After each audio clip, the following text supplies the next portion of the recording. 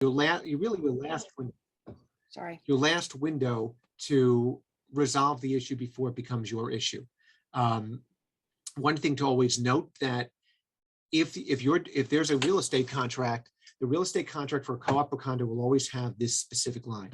The buyer has reviewed let's say it's a co-op or condo, the buyer has reviewed the cooperative or condominium governing documents and is satisfied with them.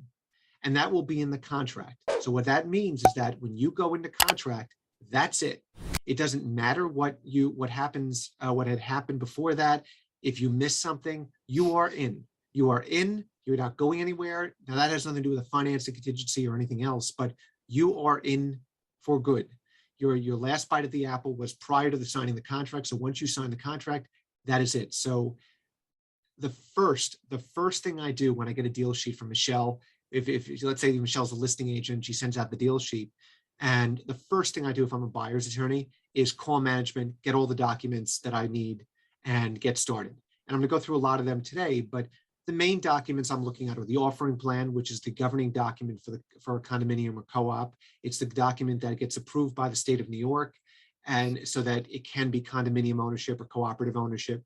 I'm looking at the financials, no less than the last 3 years, because that gives me a good cross section of all the work that's gone on in the last 3 years, and a year-over-year increase or decrease in the costs of certain items in the building.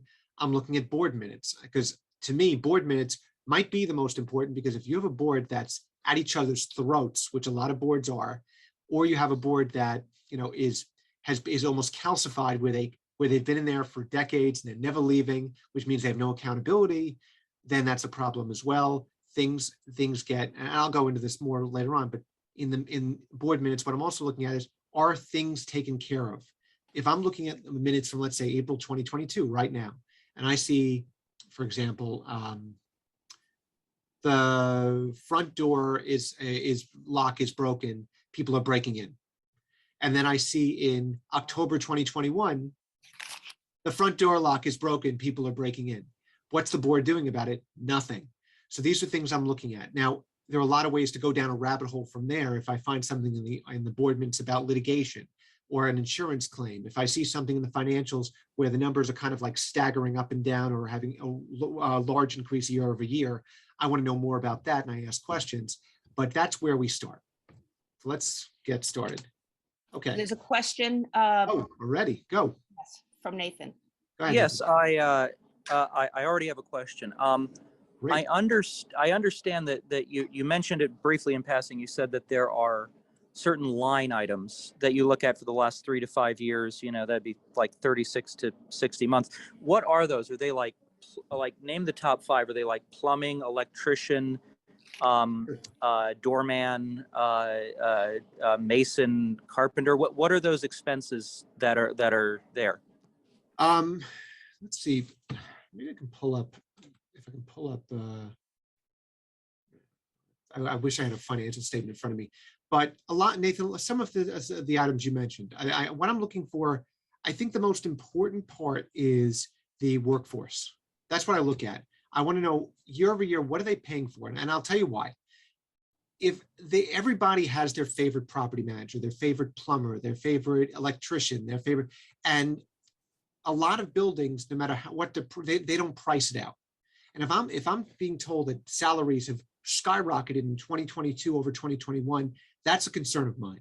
And I want to know why. Why is that going on? The other one, and you can imagine why, legal fees. If legal fees have exponentially increased year over year, what is going on? Because, use me for a transaction, use one of my partners for litigation. I don't want to see as a buyer that the building is undergoing litigation. So why do they have legal fees? Is it because of a claim made by another unit owner? Is it because of maybe a slip and fall case where they're hiring a personal injury attorney? Things like that. Why are they increasing the costs? That's what I want to know. In addition to that, it's hard to say a top 5. I mean, I would say that reserves. I think reserves are important. How much money they have in reserves. If they're dipping into the reserves to pay certain expenses, why is that? What is going on, and why are they touching the reserves? Do they not have enough in operating to cover the operating costs of the building, why they're going into reserves. I always say that I want to see the maintenance and I want to, or the common charges taken in over in the course of a year, and the reserves at the end of that year. If the reserves are not more than a third of the net amount that's taken in with maintenance and common charges, that's concerning to me. That means the building is struggling to make their ends meet. So if you're looking at reserves, you're looking at the total amount of maintenance and common charges coming in. Transfer fees. If there are situations where flip tax is very important to a building. So if they're not getting a lot of turnover on the units and flip tax kind of makes the building go, then there's concern where flip tax is very low. So outside of that, I mean, the operating, I think it falls into a couple of areas. The operating reserves are huge. The cost of the maintenance and legal fees. I think that's really what it comes down to. I think if you're looking at specifics, I think it's probably what you're looking at. Another thing to note in a financial, that's not really a line item, but more of a note, you're looking at where they are in their underlying mortgage. If you're a co-op, most co-ops have underlying mortgages, and it'll be in the financials, the debt service on the mortgage. And if I see a mortgage that's due in, let's say 2023, okay, and we all know rates are going up. It doesn't take a market genius to know rates are going up rapidly right now. So if I see a mortgage that's in the notes section of the financials, and if I see the mortgages, the maturity date on the loan is 2023, sometime in 2023, and there is no plan in place to refinance at this point, then that's concerning to me because it's an unknown. It's a true unknown. And you have a buyer going in without any understanding about what that next mortgage will cost. And if the next mortgage principal and interest month to month is significantly more than what's being paid on the current mortgage, what will that mean? That will mean increase in maintenance. That'll mean increase in common charges, potential assessment. You cross-check that with the reserves to see if they have enough in reserves to cover any increase in the mortgage amount. So that's a little bit of what I kind of zero in on and look at financials. Everything's important in there. You want to look at line items. You want to look at differences year over year. The best buildings are the ones where the costs really don't change all that much. That's when you know they know what they're doing. They're taking care of what they need to take care of, and they're comfortable. Where there's a lot of fluctuation, that's a concern of mine.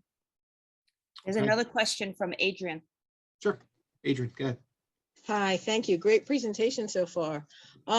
So at what point in the transaction does this due diligence get done? Is it once a deposit is put down? Because quite frankly, when I've looked at things, I'm like, well, I want to see the financials. Oh, well, without a deposit, we're not giving you squat. So, oh, okay. So that last part, I've heard that, and that's total garbage, complete and total garbage.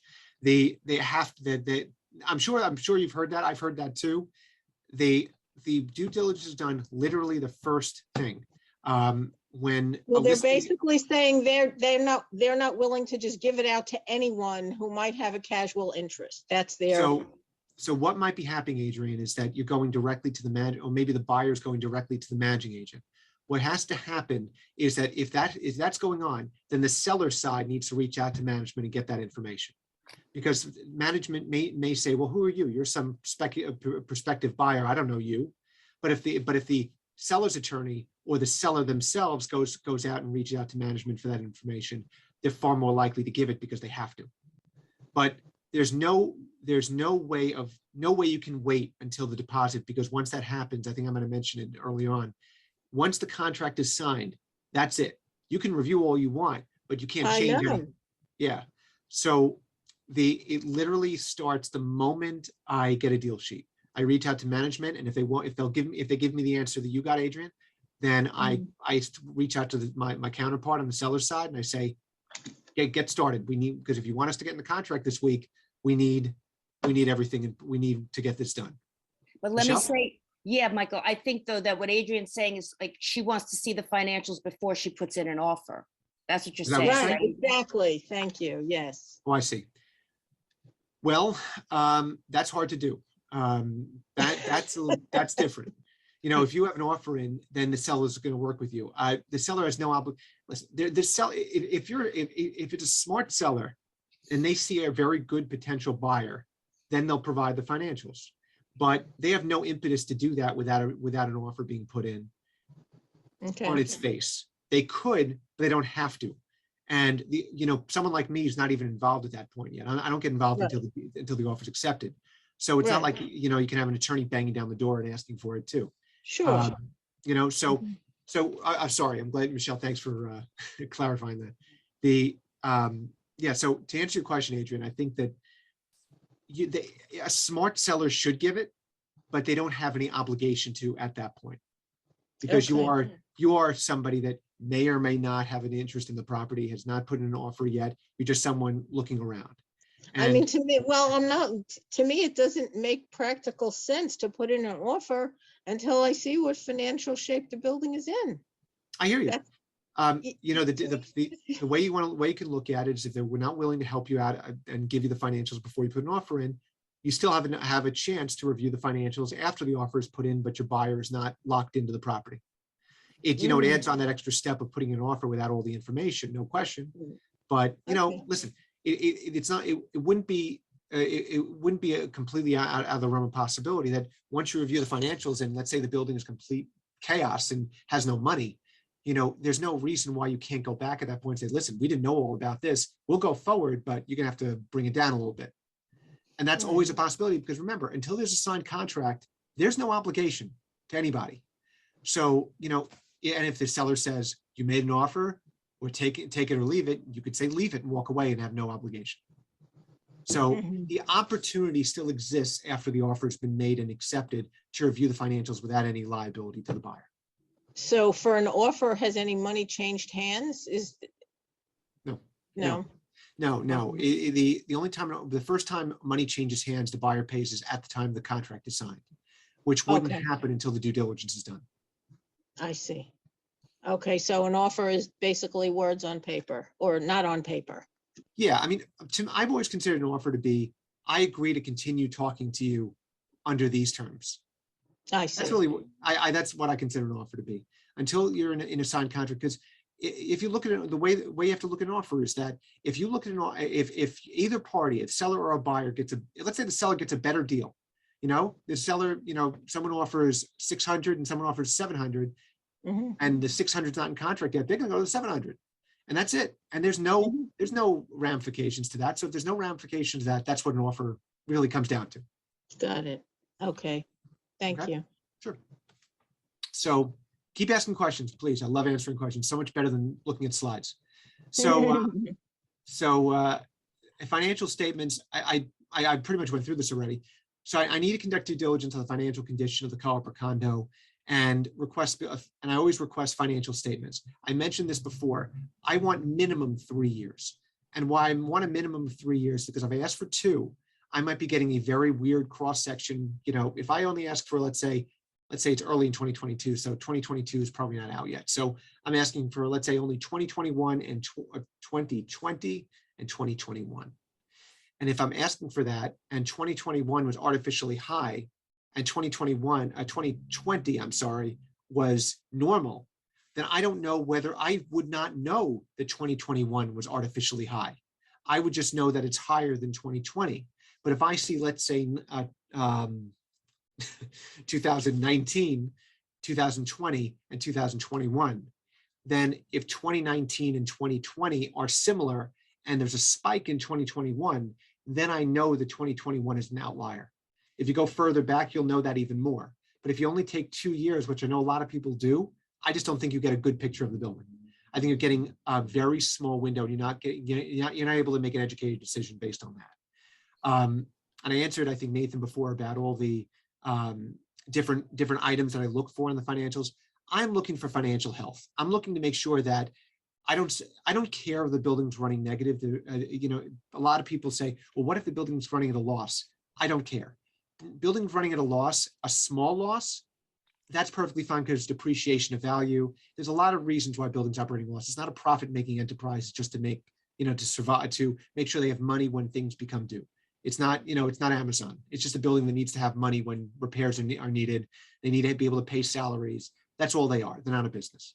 So I don't care if they're operating with a small loss. What I do care about if the losses are going up year over year. That's where I'm concerned about, well, are they increasing maintenance enough or common charges enough to cover increasing expenses? Are they not refusing to issue an assessment because of political considerations? And even co-op and condo boards have political considerations. If you're on a co-op or condo board, you don't want to be the one to raise, it's just like taxes. You don't want to raise maintenance. You don't want to raise common charge. A board does not want to be the one to do that because A, they don't want to be voted out, usually, and B, they live in the building. They don't want to live in a building where they're the ones responsible for maintenance going up. So, you have boards that are smart and raise it incrementally where it's fair and everybody understands maintenance goes up every year, common charges go up every year.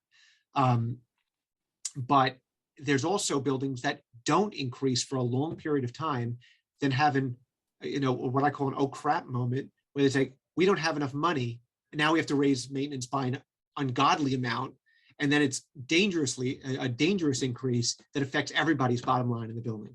So maintenance and common charges are going to go up every year. That's going to happen. 3-4% at most. Maybe even up to 5 on if they have an unexpected issue. But if it's higher than that on a consistent basis, then you have problems, and that's something that would be a concern to me. Any questions? Nope. Okay. Let's see. There's something in the chat. Oh, Nathan already asked. Okay. All right. Now, this is something that's a little outside of the due diligence, but something to consider as practically. If the purchaser is pre-qualified, does the purchaser's lender accept unaudited financial statements? What unaudited financial statements mean? There are 2 types of financial statements given out by a building: audited and unaudited. Audited means it's done by an accountant, a licensed person who actually knows what they're talking about when they're and is professionally licensed to issue financial statements. Unaudited means it's done by the board. It's pretty much an Excel spreadsheet prepared by the board, which, by the way, may be fine. A lot of smaller buildings, let's say, the standard like Co-op Brownstone with like 4 to 6 units, they may not want to spend the money on an accountant. They may not have the money to spend on an accountant, so they do it themselves. That's not necessarily a bad thing, but it might not be sufficient to a lender. I'm not saying all lenders, but it may not be sufficient to a lender. So it's something to look at. And when you see unaudited financial statements, or alternatively, if a lender is looking for a 2000, let's say we're in April of 2022. Financial statements for 2021 are just coming out now. They usually come out anywhere between March and May, June, because 2021 ends in December, as most years do. And then you go forward after that, and it takes a few months to put everything together and get a statement out. So if you're trying to close now, and the lender is saying, I need audited 2021 financial statements, and the condos or co-op says, we don't have that yet because we haven't finalized our financials, but what we can provide you is an operating budget for 2021. Well, some lenders will be okay with that, some won't. I can't tell you which ones will and which ones won't, but it's something to raise with your lender to see if it'll be a problem before you go forward. So just pay attention to what kind of financials they have. Unaudited financials may not be a problem, but they could be an issue to a lender.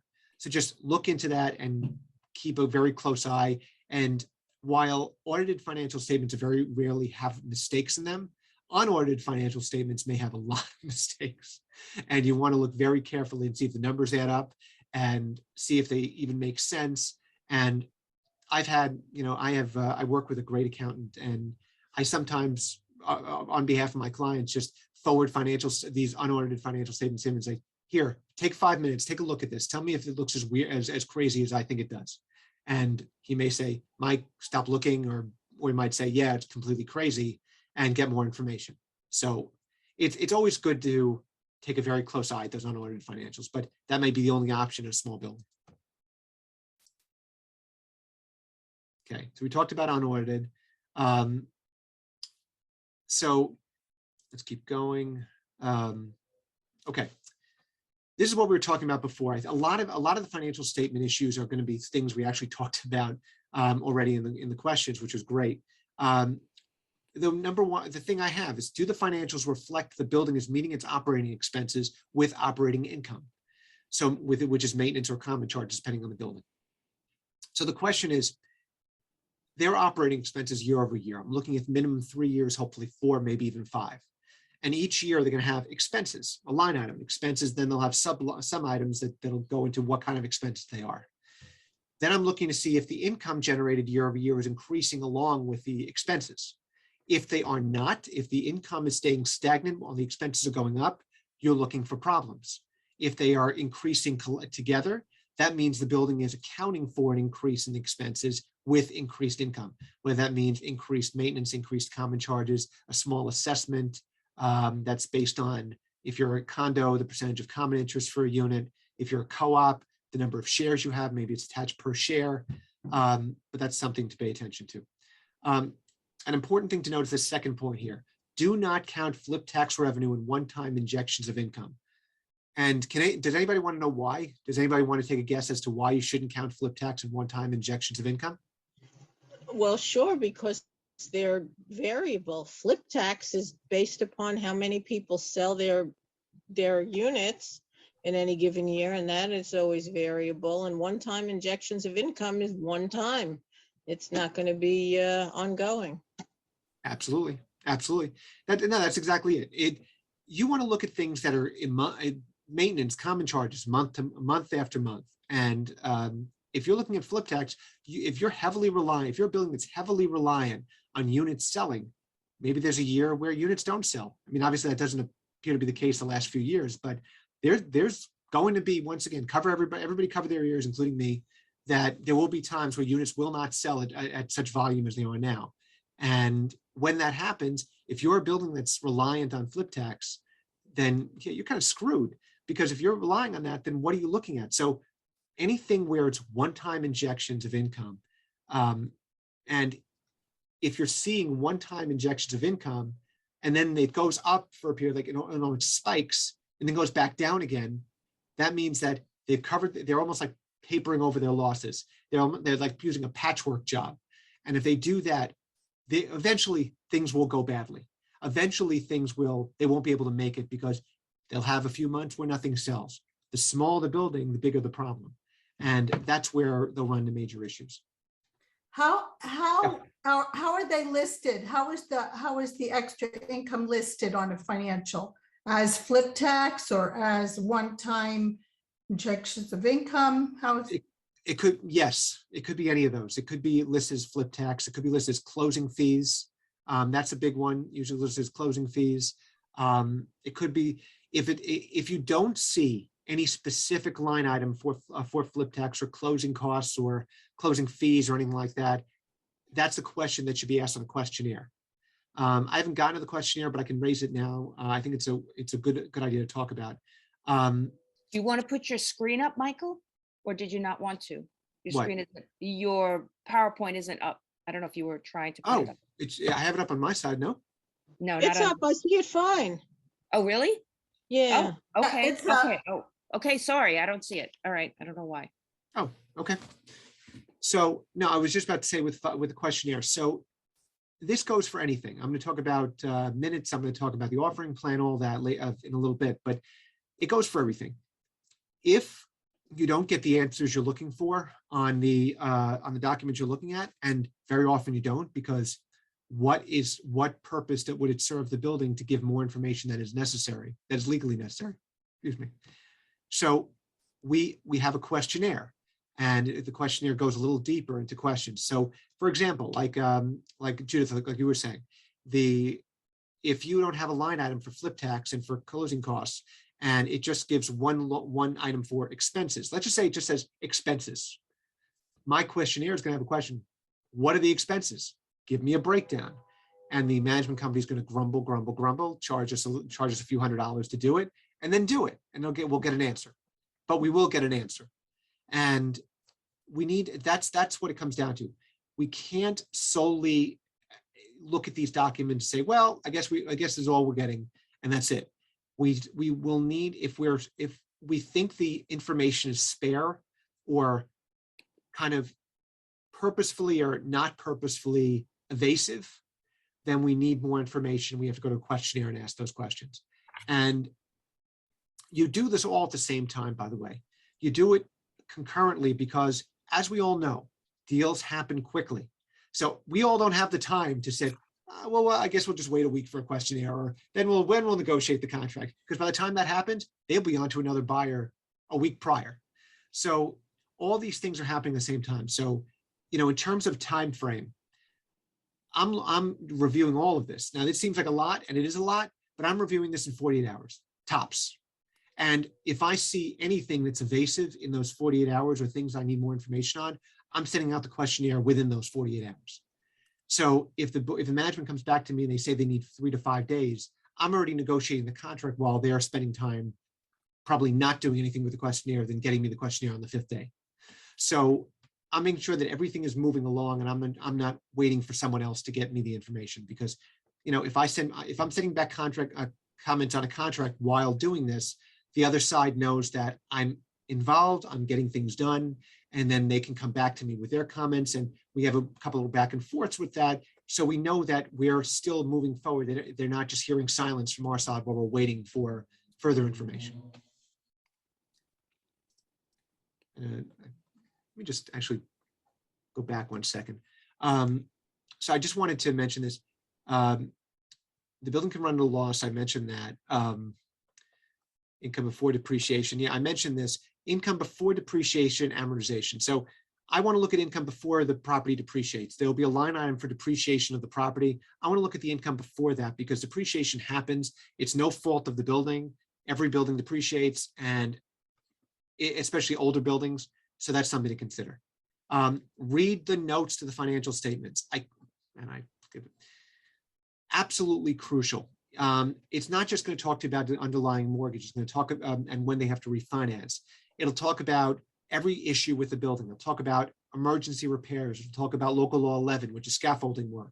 It'll talk about local law 97, which is the environmental making green buildings. It'll talk about all the costs involved in certain items relating to work on the building. And those are all things that appear in the notes. So if you don't look at the notes, you're missing out on a lot of information. So that's certainly something to pay attention to. Okay. The opinion letter.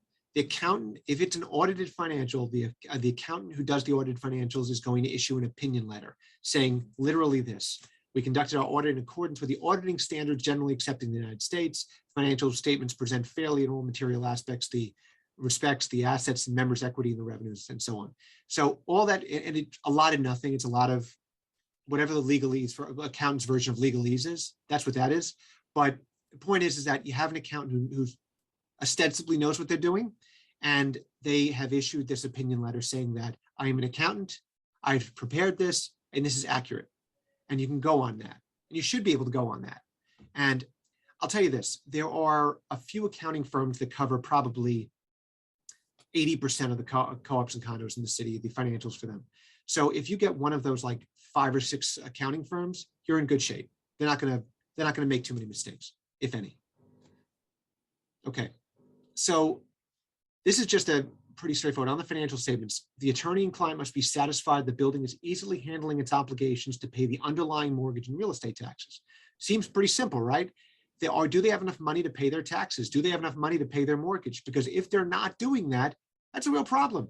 And that's something that they have to consider when they are looking at the financials and whether or not they can go year over year and maintain what their obligations are. Now, the smaller these obligations are as a percentage of maintenance income, the more likely it is the building will not have difficulty in refinancing. So you understand, just to go through that, if the building's percentage of the percentage of their income is small, that goes to real estate taxes, goes to the mortgage, goes to other expenses. If that's a low part of it, they'll have banks lining up to give them loans, underlying loans. But if you have a building that's spending 50% of their income on the underlying mortgage and the real estate taxes, who are you going to refinance with them? And then what? Then they're either going to have to pay a balloon payment on their loan, or they're going to get a very bad rate. And then the increase, it'll almost be like a slippery slope where you think it's bad now, just wait till they refinance with worse terms. So it's something to pay very close attention to. Okay, so I mentioned the 3 years. Oh, Yeah, Okay, I go have ahead. another question. Sure. I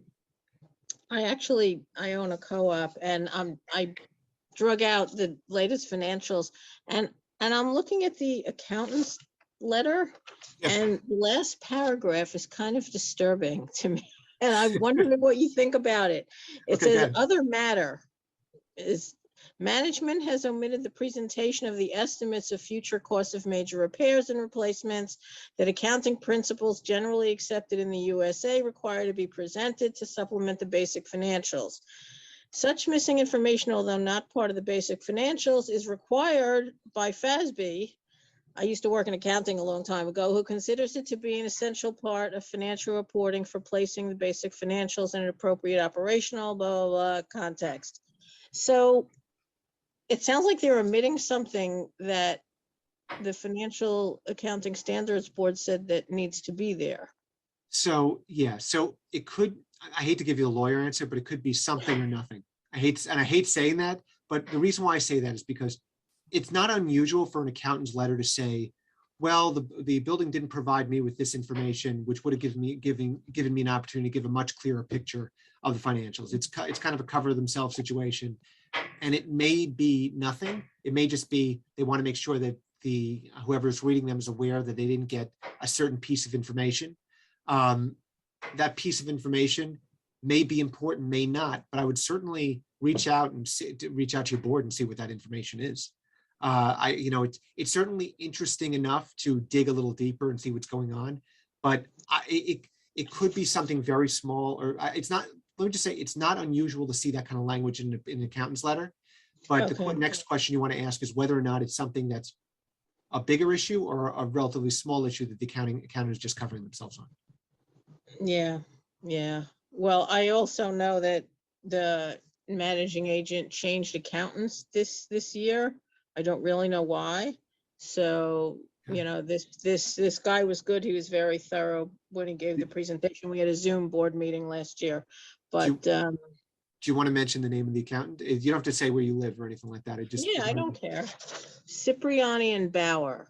Okay, I know of them. They're legitimate, so I don't Yeah, think they're. well, no, they seemed it, you know, the accountant that was on the Zoom, you know, meeting with us for our shareholders meeting, he seemed really like he knew his stuff, you know. So Listen, you're well within your rights to reach out to the management company and say, I saw this. I'm just curious what this is, and Mhm. see if they give you an answer. We can talk offline about it too if you'd like. But, Okay, thank you. Yeah, sure. That's why I said, I hate giving you an answer like it could be something or nothing. I hate saying that, but it could be something or nothing, depending on what it is. Yeah, Right. okay, thank you. Okay. Sure. So I'm sorry, this last part got cut off, and I have to look back and see what I was saying here. But it doesn't really matter. The most important thing is, are there substantial maintenance increases or substantial accounts payable increases? That's what I was talking about before with zero. Let's say you go 5 years, maintenance increases, 0, 0, 0, 0, 10. What it should be is 2, 2, 2, 2, 2, something like that. It should not be a one-time spike, because that means they can't control themselves and they don't know what they're doing. And I hate to say that, but it's probably true. Okay. Now we're going on to board minutes, and okay, so Nathan is asking a question in chat. I just want to, I want to read Nathan's question. I'll answer it. What are balloon payments? What are board minutes? Okay, there are a lot of questions. So how about this? Michelle, you want to read those questions and I'll kind of go through them? sure. Just one by one? Yeah. So Nathan's first question is what are balloon payments? Okay, so first of all, balloon payments are when there's a maturity date on the loan. So let's say the loan is a 10-year loan, but you're paying just interest for 10 years. And on the 10th anniversary of the loan, the full amount of the loan is due. Now, no one in their right mind thinks that they can pay the full amount of the loan in one shot. Usually someone refinances at that point. But if you can't refinance because your finances are shot, then you'll be subject to that balloon payment. It could lead to foreclosure or something else. So that's what a balloon payment is, a massive payment that becomes due on the maturity date of the loan. Okay, so the next question are what are board minutes, but that's your slide. So maybe we'll I'll skip go right that. into it. Yeah, you want to do that first and then we'll go to the rest? Sure, sure. Okay, so I mentioned before, I think board minutes are, I don't know about I would probably say they're the most important, and I'll tell you why. You could tell very quickly if a board is at each other's throats. I mentioned that earlier. You could tell that it's a non-functional board. The reason why you can tell that is because some board minutes actually admit it, where they say that one board member threatened the other board member. One board member called the other board member this. And it's entertaining. It's horrible for the building, but it's entertaining. But no, seriously though, you could tell when a board is not doing what they need to be doing. I mentioned the locked door situation earlier, where if the door has not been fixed in October, still not fixed in April, that's a problem.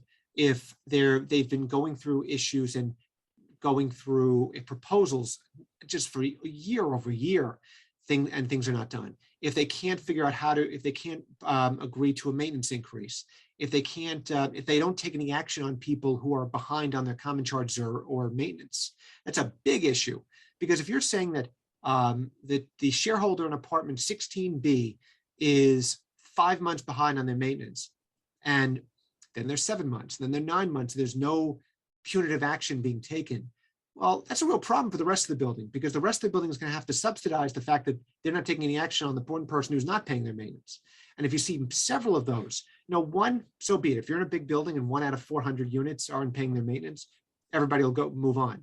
But if it's a 20-unit building and there are 5 people not paying their maintenance, that becomes a real problem. If the board is not taking action, that is extremely problematic, and it absolutely has to. They have to reach out to their board attorney. I mean, when we represent boards, because we do transactions, I do transactions, but we also represent about 150 co-op and condo boards as well. And when they reach out to us, a lot of boards don't want to take punitive action because they think it's draconian. They think it's too much, and they don't want to take. But it's a means of protecting themselves, a means of protecting the building. Without doing that, you lead to unit owners feeling like at any given moment they can skip a month here, a month there, and you can't create that mentality in a building. If you do that, the building will struggle financially. Then everybody will suffer, and it will include not only the person who you don't want to give the punitive action to, they'll suffer. The entire building will suffer, and then you won't be able to refinance. Then you won't be able to get vendors to work for you because you won't have any money, and you won't be able to pay them. So it just becomes a very, it's like a domino effect, and that just can't happen. So what am I looking for in the board minutes? Financial concerns. Are they concerned about not making expenses? Building maintenance issues. Are they being taken care of? Various problems with other unit owners. Are there conflicts between unit owners that the board is looking to address? From physical altercations, which does happen, to people wandering the hallways and screaming at people. Long story short, is I actually started working here at Borah Goldstein 9 years ago because of the work I did on behalf of one of those screaming people in a hallway, with Borah Goldstein representing the board, but that's a story for another day. Changes to building policy, where if they are changing the policy, why are they doing it? What the basis for it? And the last one, talking about not all buildings permit inspection of minutes. Yes, technically, but I got to tell you, if I have a client who's not going to allow that and not going to allow inspection of minutes, well, I got to tell you, I won't be able to give my approval to a client and say, if they care about my approval, but if they want me to say, Mike, is the building in good shape? I'll have to say, well, I don't know. I won't be able to tell you yes without reviewing the minutes. So if it's very rare the building doesn't want to let you look at their minutes, and if they don't, it's almost like it raises the warning flares of why, like why can't we look at the minutes? So Michael, there's 2 questions following up on this board minutes from Michael, and then we'll go back to the other from Nathan. But Michael is asking, by inspection of minutes, do you mean it also by shareholders, not just buyers? Can shareholders go through the building? Absolutely, yes. If we're talking about that side of the sale, when they own the shares, absolutely. And unit owners in condo too, they can absolutely review the minutes. Sometimes the management company requires you to go to the management office and review it. But a byproduct of a 2-year and running pandemic is that the management company can't really force you to go to their office anymore. And a lot of management companies have very angrily decided to allow you to email minutes with security codes and give you about 48 hours to review minutes in the comfort of your home or office rather than going there. So, you know, that's, I guess in all the bad, I guess that's one thing that we can hang our hat on. And then there's a question of what do you think about minutes light? And what are your thoughts on whether board meetings should be open or not? Minutes light, what do you mean? What is that? This from Robin. Robin, you want to explain that, Robin? You're on mute, Robin. Hi, just Hi. how much detail do you look for in minutes? Like, you know, you can look at 2 different reports and say, this one's a little light, and oh, this has a lot of garbage. Like, where's the sweet spot of minutes that make you feel comfortable? Oh, you're right. Yeah. So I want some meat on the bones, and that's what I'm looking for is not just we met to discuss the issue of XYZ period. I want to know we met to discuss the issue of XYZ and this was what was discussed. Is that like, does that make sense? It's like, I don't want to know, you know, I don't want a very spare minutes where it tells me we discussed this issue. I want to know what was discussed. But So the you want trade-off is, detail. I want details, right? You want And if I detail. Yeah, and if I don't get details, I'm going to add it into the questionnaire.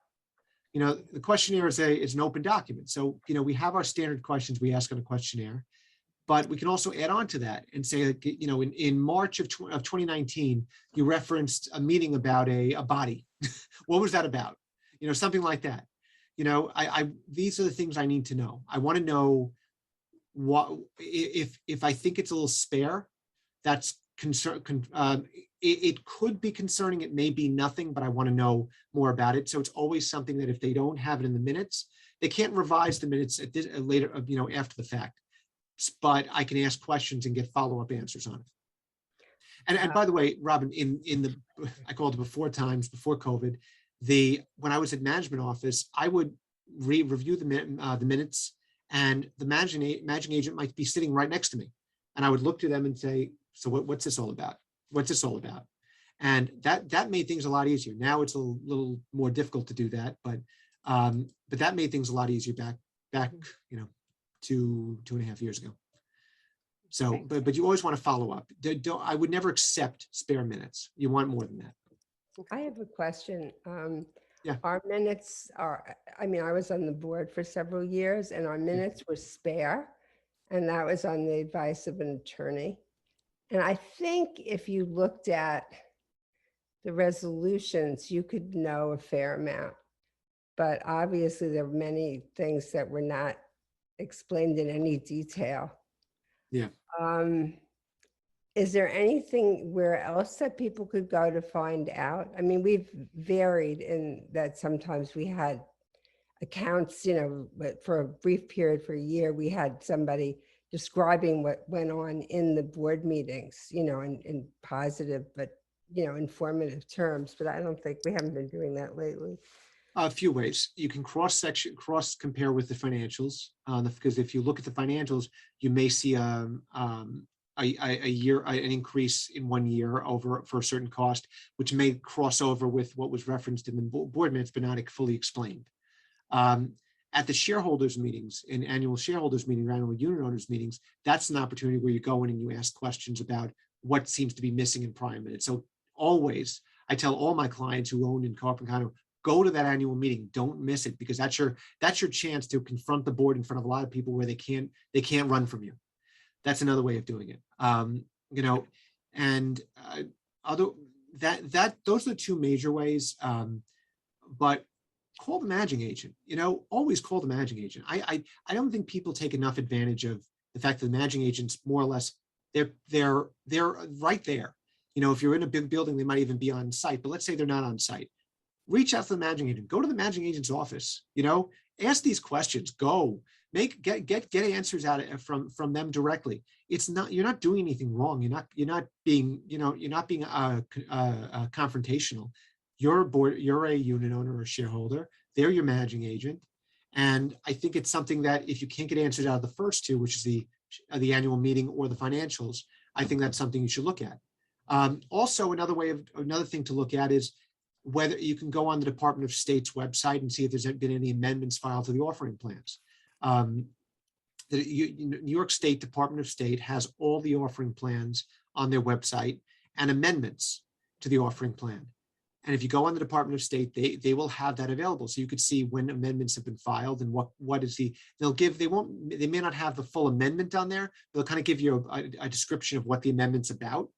And it might be mundane, nothing, but it might be more than that. And it's something to look at as well. So that's kind of where I go into. I see a lot of chat. So what do you got? Yeah, there's another question on following up on the minutes. What are your thoughts about whether the board meetings should be open or not? I think so putting on my board attorney hat. No, I don't think it should be open. I think it'll lead to a lot of grandstanding. And I think it'll be less productive. And I know that if you're a unit owner and a shareholder not on the board, you probably disagree. I just feel like more gets done if you don't have the entire building watching what you're doing every board meeting. I just think I think it's a complicated issue, but I do think more will get done. And if there aren't people, cheering, booing, staring, looking over your shoulder at everything, I just think more will get done. And you just have to, listen, it's just like anything else. If you vote these people in, you can vote them out, and they're supposed to represent you as unit owners or board or shareholders.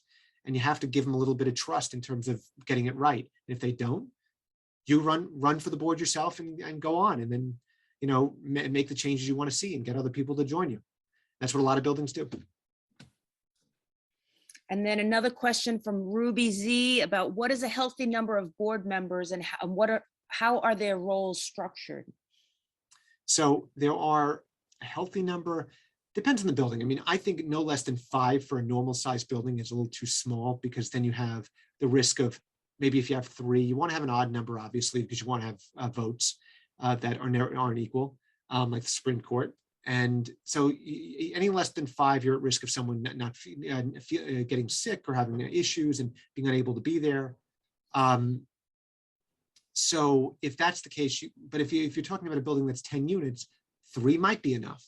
But I think 5 is a minimum leads to a healthy board. I think that's fine. And if you have a larger building, maybe 7, 9, I think 9 is fine for even larger buildings, but I don't want more than 9, because then it gets a little unwieldy. And it gets more, then you have the other problem. You have too many people and too many factions, and you may not even be able to get to, you can get 3 out of 5 people to vote together. You'll have a lot harder time getting 6 out of 11 or 7 out of 13. Mm-hmm. So I think it's 5 to 9. That's probably a good range. And what's the next question? Who holds the unsold shares? This is from Judith. Okay. Oh, I'm sorry. I missed that other part of the question. I know we're actually running, it's already almost 8:30 already. Wow. Okay. So answering how it's structured, there's always a president, a vice president, a secretary, a treasurer, have different roles, and the roles are defined in the bylaws, which is something I was going to mention later, but we're running out of time, which I seem to always run out of time, which is good. Do all questions, please, more and more questions. I'll skip the slides altogether. So the next question was what again? Who holds unsold shares in the building? Usually it's a sponsor, the developer of the building, the condo or the co-op. They hold the unsold shares and they sell them off over time. And there comes a point that'll appear in the offering plan when the sponsor relinquishes control of the board. And that's what the unsold shares are. What else? Question from Charlie. How should a co-op board address shareholders that are trying to bully the board or the co-op into certain situations? Could you repeat that? Say it again. How should a co-op board address shareholders that are trying to bully the board into making decisions into certain situations, like having a bully on the board? And there's always going to be something like that. Or bully a shareholder. Yeah. I think that you don't want to ignore people, but you also want to give them, you want to reward the loudest person in the room. It's like talking to children, right? You don't want to reward the one that's screaming the loudest. So you have to address them because whoever they are a shareholder or a unit owner. So you can't ignore their demands or their requests. You have to respond to them. Usually what I do if I'm representing a board is if I have a unit owner that's not on the board that's saying, oh, the building is trying to do things to me, and I'm not happy with this and this and this. It's a constant stream of complaints. You respond with a very measured letter, responding to their complaints, and then you move on to fight the next battle. But you have to address it. But you don't want to overemphasize the loudest person in the room. That goes for everything. I guess in life, you don't reward the person who's just screaming the loudest. So that's, it goes for, I guess, everything. Did I miss any questions? No, I think we got them all. All right. So we're almost done here. I just want to hit the highlights at this point. So yeah, I just want to mention this. So if a large percentage of the units are held by the sponsor as rentals, it may be hard to run the building in the best interest of the owner occupants. So this is something to pay attention to in my due diligence, because if I see a sponsor that owns 60% of the units, well, I have a problem with that because they probably control the board. They probably have an outsized influence on everything in the building, and you're not going to be able to shake them. So then you have a buyer who goes into a building that has a very powerful sponsor, and you're kind of at the mercy of the sponsor. So the question is, if it's a new construction, when is the sponsor removing themselves from power? How many seats do they control on the board? When do they remove? What's the succession plan? And these are all things you can find out in the offering plan. That's the governing document. A large number of sublets can indicate an inability to resell an acceptable price. Something to think about. One of those things. Okay. Well, very quickly on the proprietary lease, which is if we're talking about co-ops, just the 30-second version of what a co-op is that I'm sure you all know. Proprietary lease gives you the right to live in the unit. The stock certificate gives you ownership in the corporation. The lease allows you to live in unit, let's say 3. So the lease term must exceed the term of proposed financing. So if you have a standard buyer who goes for a 30-year loan and the lease expires in 25 years, you're not getting that loan. So you now have a lease that extends beyond the 30 years because the lender is not going to go into a building where the proprietary lease is expiring prior to the end of the loan. So it's something now, very rarely will you see that, but it's something to pay attention to. And by the way, Michelle will send this whole packet to you. So I'm sure. So if you're missing anything here, if I'm flying through it, which I tend to do, we'll be able to knock this out. House rules, they're just going to explain, we're talking about the classification of the directors, just something to pay attention to here. The underlying building mortgage, what is the due date? We talked about this. Were terms competitive, and are the terms worse now, which they might be? Learning about tax abatements, condo or co-op. Is there a 421A? Is it new construction? When does it expire? Because if you're buying into a building where the abatement's going to expire, the taxes, which look wonderful right now, may be awful in 2 years. So it's something to pay attention to. When does the abatement expire? And just things to pay attention to specifically for your client. Subletting policies if you're looking to rent it out, because you don't want your client to buy in a condo and then, in a co-op more likely, and then find out if they buy in a co-op that you have to live there for 3 years before renting it out, and they plan on renting it out on day 1. So something to pay attention to. Pet policy, guest policy, who pays utilities? Is it paid by the board? Is it paid by the unit owners? Is it shared? Roof rights. Who gets access to the roof? Can you operate a home business out of it? Is that okay? And this is, if we're talking about ArtCondo, that's something to really pay attention to, because can you operate a business out of your unit? It's something to pay attention to in the bylaws and the house rules. If you want to combine apartments, which some people do, they buy 2 adjoining units and they want to combine them. Is that even possible? What are the steps you have to take? Physical inspection, we can skip. If you want to do a physical inspection, I generally recommend doing that only if you believe there are problems, but most people don't, because anything outside of the walls is usually the responsibility of the building. The budget, I want to focus on this, determine if the budget includes all proposed renovations, I'm sorry. Reason why this matters is because if there are upcoming repairs, it's always a question I ask in the questionnaire. If there are upcoming repairs, are they budgeted for? If they're not, how are you paying for them? Because if there are upcoming repairs and it's budgeted for, great. The building knows what they're doing, they know what they're dealing with, and it'll be taken care of. But if they have upcoming repairs that they haven't allocated funds for, and you're going to buy into the building, then you may be subject to an assessment the moment you walk in the building. And that'll be problematic if you're talking about, controlled fixed carrying costs every month. Just something on for the condo. Every condo has a unit power of attorney that's assigned at the time of closing. The new condo unit owner, the buyer, gets this power of attorney to say that I give the condo board a limited power of attorney to act on my behalf where the condo governing documents allow that to happen.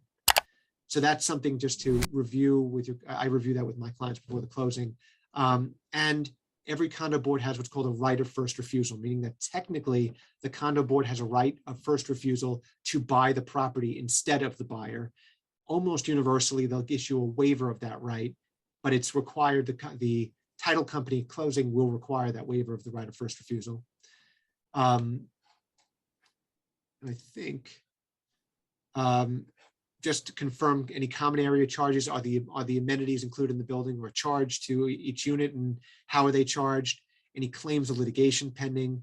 Have the utilities been paid? What is the history of special assessments? Do they